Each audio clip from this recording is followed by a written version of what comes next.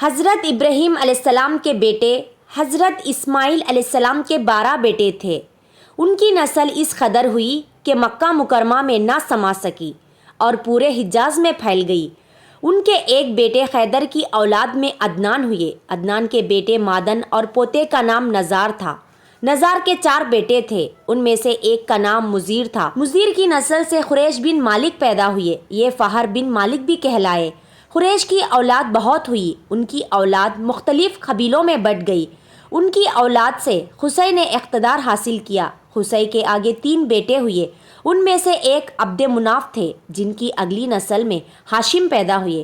ہاشم نے مدینہ کی ایک سردار کی لڑکی سے شادی کی، ان کی یہاں ایک لڑکا پیدا ہوا، اس کا نام شائبہ رکھا گیا۔ یہ پیدا ہی ہوا تھا کہ ہاشم کا انتقال ہو گیا۔ ان کے بھائی مطلب مکہ کے حاکم ہوئے۔ ہاشم کا بیٹا مدینہ منورہ میں پرورش پاتا رہا۔ جب مطلب کو معلوم ہوا کہ وہ جوان ہو گیا تو بھتیجے کو لینے کے لیے خود مدینہ گئے۔ اسے لے کر مکہ مکرمہ پہنچے تو لوگوں نے خیال کیا یہ نوجوان ان کا غلام ہے۔ مطلب نے لوگوں کو بتایا یہ ہاشم کا بیٹا اور میرا بھتیجا ہے۔ اس کے باوجود لوگوں نے اسے مطلب کا غلام ہی کہنا شروع کر دیا۔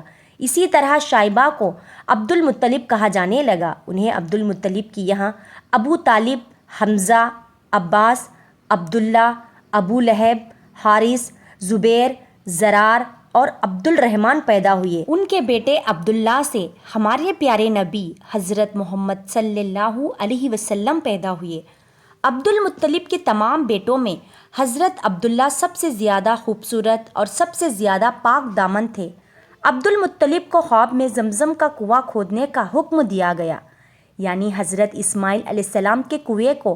اس کنویں کو قبیلہ جرہم کے سردار مزاز نے پاٹ دیا تھا۔ قبیلہ جرہم کے لوگ اس زمانے میں مکہ کے سردار تھے، بیت اللہ کے نگراں تھے۔ انہوں نے بیت اللہ کی بے حرمتی شروع کر دی۔ ان کا سردار مزاز بن عمر تھا، وہ اچھا آدمی تھا۔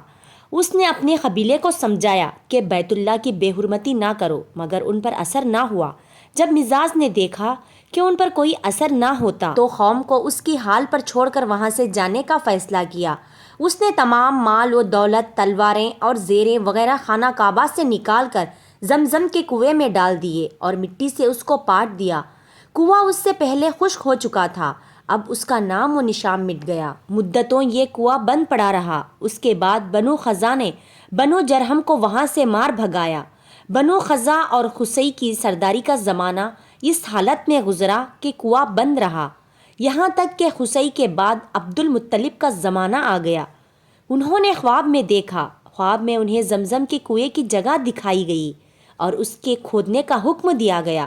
حضرت علی رضی اللہ تعالی عنہ سے روایت ہے کہ عبد المطلب نے بتایا، میں حجر اسود کے مقام پر سو رہا تھا کہ میرے پاس ایک آنے والا آیا۔ اس نے مجھ سے کہا طیبہ کو کھودو۔ میں نے اس سے پوچھا طیبہ کیا ہے، مگر وہ کچھ بتائے بغیر چلا گیا۔ دوسری طرف رات بھر خواب میں وہی شخص آیا، کہنے لگا برہ کو کھودو۔ میں نے پوچھا برہ کیا ہے، وہ کچھ بتائے بغیر چلا گیا۔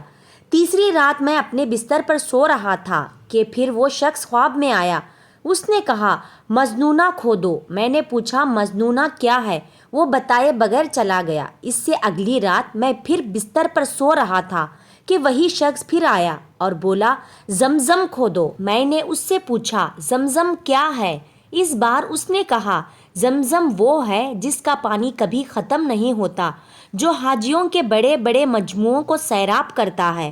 عبد المطلب کہتے ہیں میں نے اس سے پوچھا یہ کنواں کس جگہ ہے، اس نے بتایا جہاں گندگی اور خون پڑا ہے اور کوا ٹھونگے مار رہا ہے۔ دوسرے دن عبد المطلب نے اپنے بیٹے حارث کے ساتھ وہاں گئے۔ اس وقت ان کی یہاں ہی ایک لڑکا تھا۔ انہوں نے دیکھا وہاں گندگی اور خون پڑا تھا اور ایک کوا ٹھونگے مار رہا تھا۔ اس جگہ کے دونوں طرف بت موجود تھے اور یہ گندگی اور خون دراصل ان بتوں پر قربان کیے جانے والے جانوروں کا تھا۔ پوری نشانی مل گئی تو عبد المطلب کدال لے آئے اور کھدائی کے لیے تیار ہو گئے، لیکن اس وقت قریش وہاں آ پہنچے۔ انہوں نے کہا اللہ کی قسم ہم تمہیں یہاں کھدائی نہیں کرنے دیں گے، تم ہمارے ان دونوں بتوں کے درمیان کنواں کھودنا چاہتے ہو جہاں ہم ان کے لیے قربانیاں کرتے ہیں۔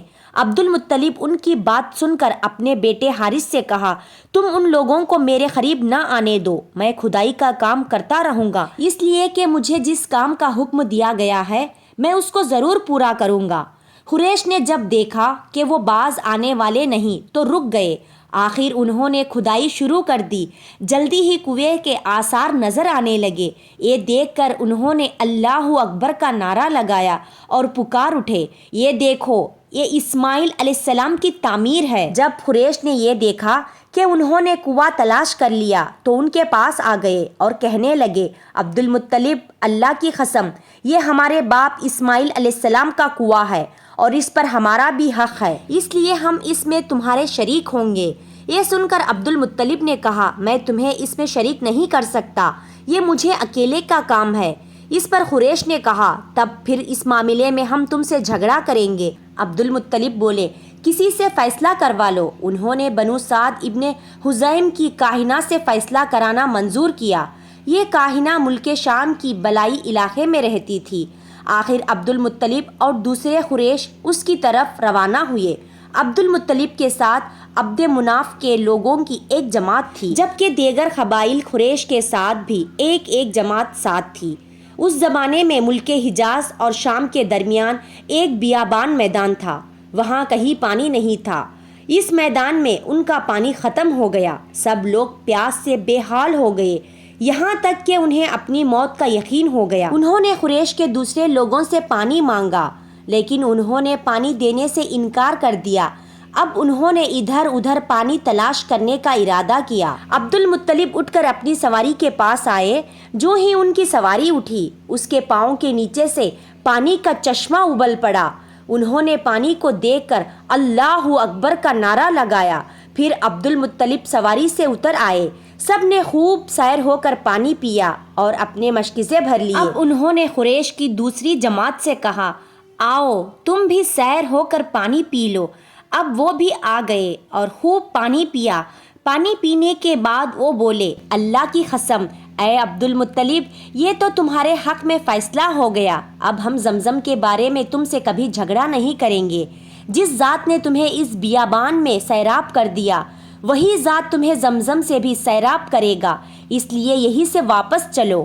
اسی طرح قریش نے جان لیا کہ اللہ تعالیٰ عبد المطلب پر مہربان ہے، لہٰذا ان سے جھگڑا نہ ہے، سود ہے اور کاہنہ کے پاس جانے کا کوئی فائدہ نہیں۔ چنانچہ سب لوگ واپس لوٹے۔ واپس آ کر عبد المطلب نے پھر کنواں کی کھدائی شروع کی۔ ابھی تھوڑی سی ہی کھدائی کی ہوگی کہ مال، دولت، تلواریں اور زیریں نکل آئے۔ اس میں سونا اور چاندی وغیرہ بھی تھی۔ یہ مال اور دولت کو دیکھ کر قریش کے لوگوں کو لالچ نے آ گھیرا۔ انہوں نے عبد المطلب سے کہا، عبد المطلب، اس میں ہمارا بھی حصہ ہے۔ ان کی یہ بات سن کر عبد المطلب نے کہا،